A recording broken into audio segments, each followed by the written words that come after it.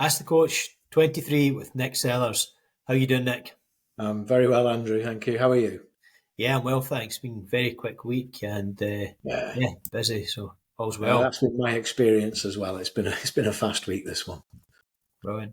Um, Nick, a common conversation I have, and you'll have seen it many times over the years, is when somebody starts a new position, they're sold the dream at interview, and they think everything's going to be rosy when they go in.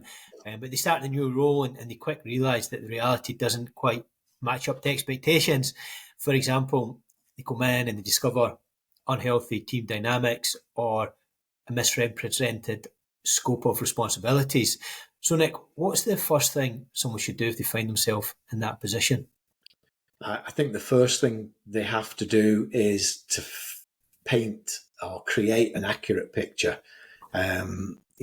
What we've been told beforehand, what we've not experienced for ourselves, is kind of created something of a view for us. But when we go in, we then start to gather the real information, the real insights, the hands-on kind of stuff that we can then do something with. So I would say, first of all, create an accurate picture.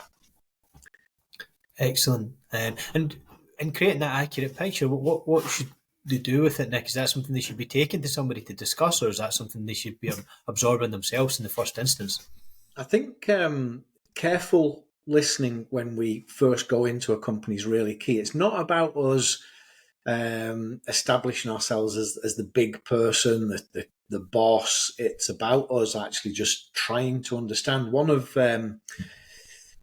the phrases that comes from Stephen Covey's book, The Seven Habits of Highly Effective People, I think goes something like, seek first to understand, then to be understood. And I think that's the kind of the key order of things, is when we go into a new place, we don't have to sweep in and start to change things. We have to have a reason for change. And so we need to understand what's going on there first. And so I think that when we go in, there's always a kind of a 30, 60, 90-day grace period before the hierarchy have any expectation that we're going to start delivering. I think that it would be a shock for any senior manager, more senior than us, let's say, when we go in and immediately start changing things without any form of discussion. So I would say, first try to understand what's going on, create that clear picture, and as the picture starts to emerge, there's an opportunity to discuss that with our line manager, with other senior stakeholders, as to what we're actually finding and why it might not be the right thing to continue with. Yeah, I think your point about the grace period for the 30, 60, 90 days, especially at interview stage, I think it's good to establish what expectations are in that initial period before accepting the role, so that if things aren't going to plan, you can refer back to what was discussed at interview and and hold and be held accountable to what was Yeah, agreed. Um, yeah, I think we've had it all, Nick, when we've had a new director or manager or senior leader put upon us, and there's always a time where there's a little bit of a period where it takes to build trust. But on the flip side, often senior leaders can come in and they inherit a team that's established with their own relationships and healthy and unhealthy alliances. What can a new leader come in and do to quickly build trust and authority in their new role? I think going back to that phrase I mentioned, seek first to understand. Actually, when we go in, we don't know. We only see what's on the surface initially. Then we start to see what's just below the surface, and then we dig deeper. It takes a little bit of time. But I think even just seeking first to understand builds a degree of trust, because people appreciate being listened to. So we go in, we don't assume anything. We find out through conversation. We find out by asking the team to, give us information, share with us what their observations are, what their opinions are. It doesn't mean to say we have to accept everything that's given to us, but it does mean that we are asking. People generally like to have their opinions asked. And we've talked about that on other episodes of the podcast. And I think we can use that. We can say to somebody who works for us, somebody that works in another department, so what do you observe? What do you think? And we just build a picture. Mm-hmm. And something that might be fairly common when senior leaders take a position is that departmental performance has potentially been overstated, and it could potentially undermine a new leader's credibility coming into that team. So how can a new leader address this honestly and start reshaping expectations of both their role and the department? Yeah, that's a great question. I think it's about re-establishing the baseline, kind of starting with what the current truth is. What's been reported before is what's been reported. I'm not going to say you can't undo it, but if there's been inaccuracies in the way that performance has been calculated or reported, there has to come a point for resetting things. And so, reset by starting with the current truth, identifying what the baseline now is and why it's different than it was previously. Because it could be that the baseline previously or the reporting previously was based on a certain approach, a bullying environment, maybe to cajole people to do things rather than one which is a healthier one. And so if we're going to reset the model, we need to start with something and explain why it might be different to the past. Absolutely. So obviously the new leaders coming in, but if they've got upper management above them and they realise there's discrepancies, how can they raise these discrepancies with their seniors without coming across as overly critical or defensive? That's also a good question. I think it's one of being honest, being open about what you're observing. We don't have to, overly criticize predecessors, overly criticize the team, but we can paint a picture of this is what I see, this is why I don't see it as being right for the business or right for the department. And I'm going to, or whatever, start making changes. So it's like we're actually very often in a business, the senior managers don't really know what the performance of the team has been like. It's kind of fitted in. But when somebody new comes in, they've got an opportunity to reset, to repaint, and actually, I guess, provide new vision for where this could go to. That would excite somebody, I think, in a senior management position where somebody that's been newly promoted or newly brought into the business starts to set out their vision for their department, for their function, but also starts to set out what the benefits to the business will be of this.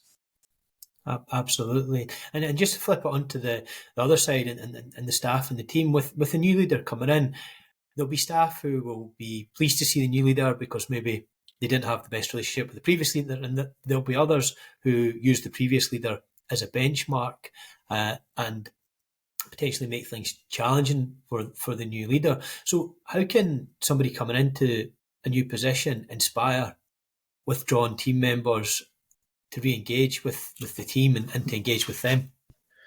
Relationship is a one-to-one thing. I don't think we can have what I'd call collective relationship. So I think every member of the team deserves the investment of time and understanding, going back to that seeking first to understand thing. Everybody's got a different style. Some people are less open naturally, maybe more reserved naturally. Understand the characteristics, the profile of each person in the team, and figure out how you can adapt as a leader, adapt your style to get the best out of each person.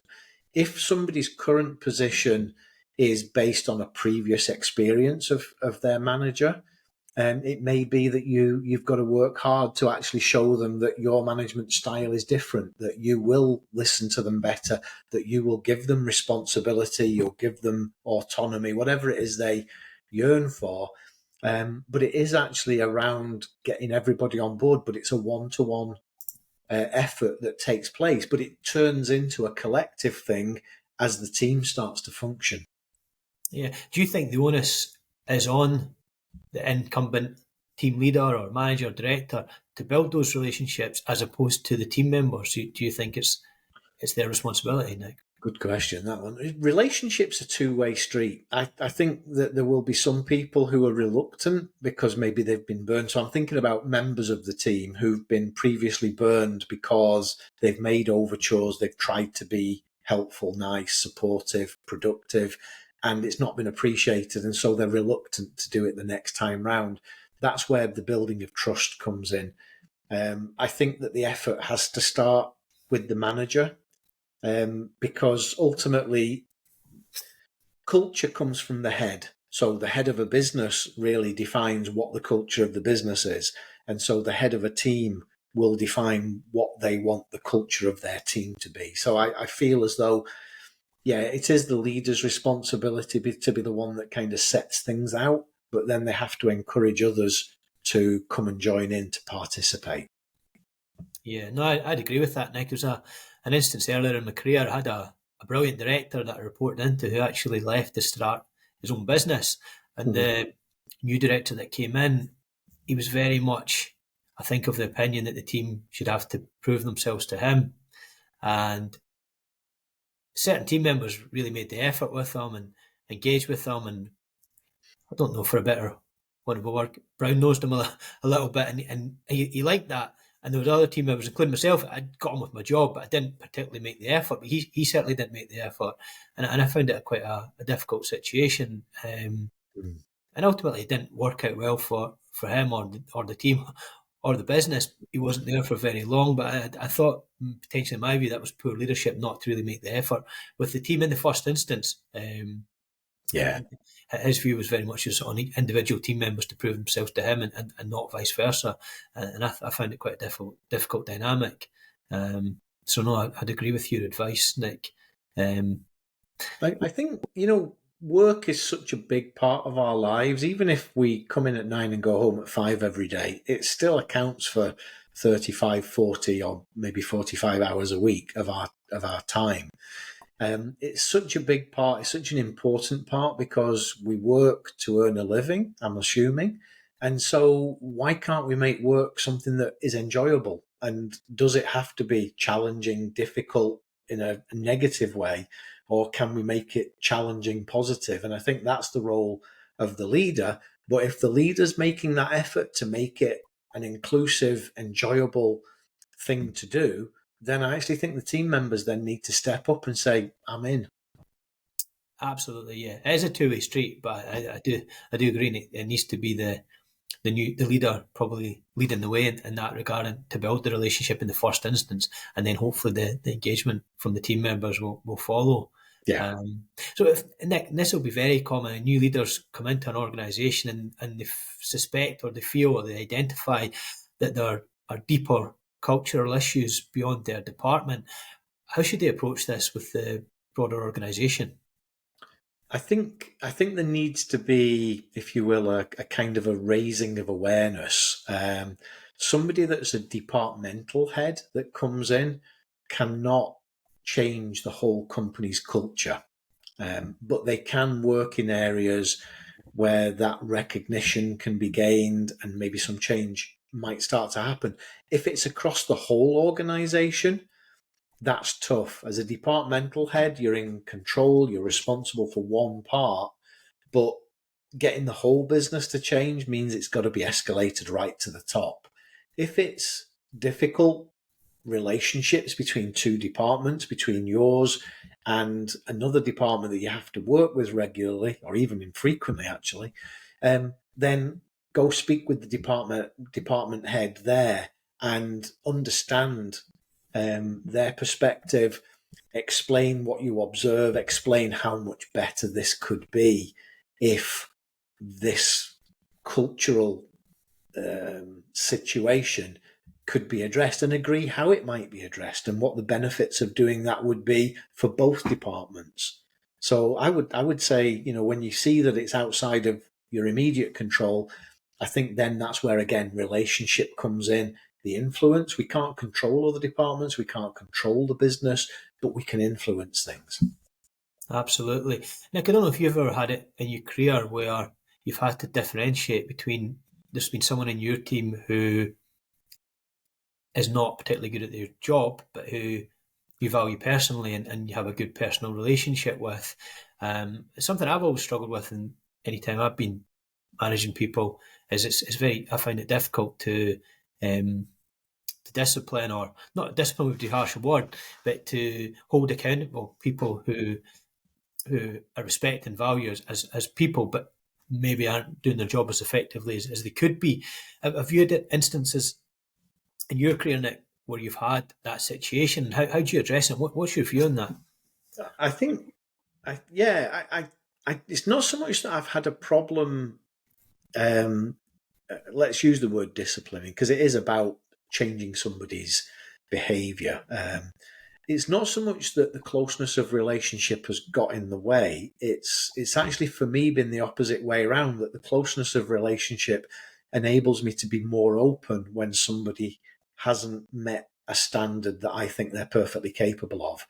I find it much more difficult to discipline somebody that I don't really know, that I've not got that closeness to, because then it means that I'm kind of judging their activity rather than what I know they're capable of doing, if you see the Yeah, difference. yeah, no, absolutely. That's So I think every team manager, every head of a function needs to understand each individual person, what makes them tick, what their capabilities are, and help them to expand those capabilities, maybe through training, through coaching, mentoring, or however that goes. But then hold them to account, because ultimately we want everybody to function at their best for the good of the business, but also for the good of themselves. We grow by being stretched. We don't grow by being allowed to withdraw from the team and go away and just live in a very comfortable space. absolutely. So Nick, if a leader's coming into a business and they see that the reality doesn't meet expectations and they identify that early on, what are the major red flags that they should look for that say get out of there as soon as possible, as opposed to embrace the challenge? What would those red flags be, and how would that decision making process? How should they approach that decision making process to either Uh, stay or go? that's a tough one. I think every individual's situation is going to be it's going to comprise two things. Number one, what they observe the situation now to be that they're in role. Second is going to be their willingness or their tenacity to see it through. And it might be that there's a bit of testing of boundaries here. One of the questions you asked earlier is about, who do you go talk to when you notice that things are not as previously described. So I think now that you're in a role and you've found out what you've found out, then you need to go start testing whether or not there's a willingness in the wider organisation to change. If the problems are exclusively within your team, then is the wider organisation going to support you in changing how that team performs? If it's a wider performance issue or a wider cultural issue, is the wider business, your boss or your boss's boss or the other department heads, are they going to participate in helping drive through change? It's very difficult to be an island. They say no man is an island, and I think we need to be very careful that we don't just position ourselves as somebody who's a troublemaker Hmm. and not have any support. We need support within an organisation. That's Mhm. probably the Mhm. sum of it. And Mhm. the time to decide on change might be when you know that you are not ever going to get that support. Understand, yeah. Yeah, good advice, Nick. What I'm hearing is test the waters, test the boundaries, and if you feel that the support isn't there, that might be a kind of pivotal moment to then look outside of the organisation. And if I can just add, change might only take a few weeks, or at least the beginnings of change might only take a few weeks. It might take a few months. It could be that the project is going to be years long. And, as we go into change and managing change and improving cultures, we've got to understand what we're getting involved in and whether or not we've got the stamina to see it through, whether that stamina is a collective stamina on the part of the business or whether it's our own personal stamina. And I think many times I've seen it, Nick, and I'm quite, I suppose, not massively impatient, but I think we do underestimate how long change takes. Quite often, it's not instantaneous, especially in a complex organisation. It does take time, and you have Yeah. to be on board for the journey, because it's not something that's going to change in a day or a week or months. It's incremental over years, and I think it's easy to lose sight of that. Yeah. Definitely. Change does take time. Whether you are looking to lose weight, get 10 kilos off, you don't do that overnight. And very often, if we go for the quick fix to something, then yeah, it comes off really quick. But actually, it's almost like then there's a reaction to that, and a Mm. good deal of it bounces back on again. And it can be the same when we're driving change. That change can be something that we achieve comfortably and safely, or it can be something that we drive through but leave a trail of destruction behind us. Mm-hmm. Mm-hmm.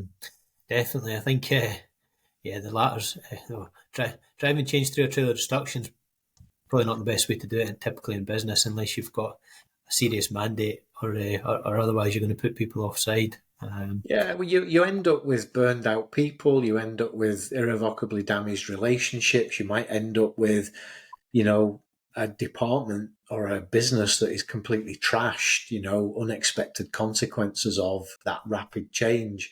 So, we need to be sensitive, I think, to I guess if we treat the outcome is something that we want to arrive at, is the kind of framework, what would the successful outcome be in, say, 1 year from now? But then the goals that we have are actually the steps that take us towards that successful outcome. Mm-hmm.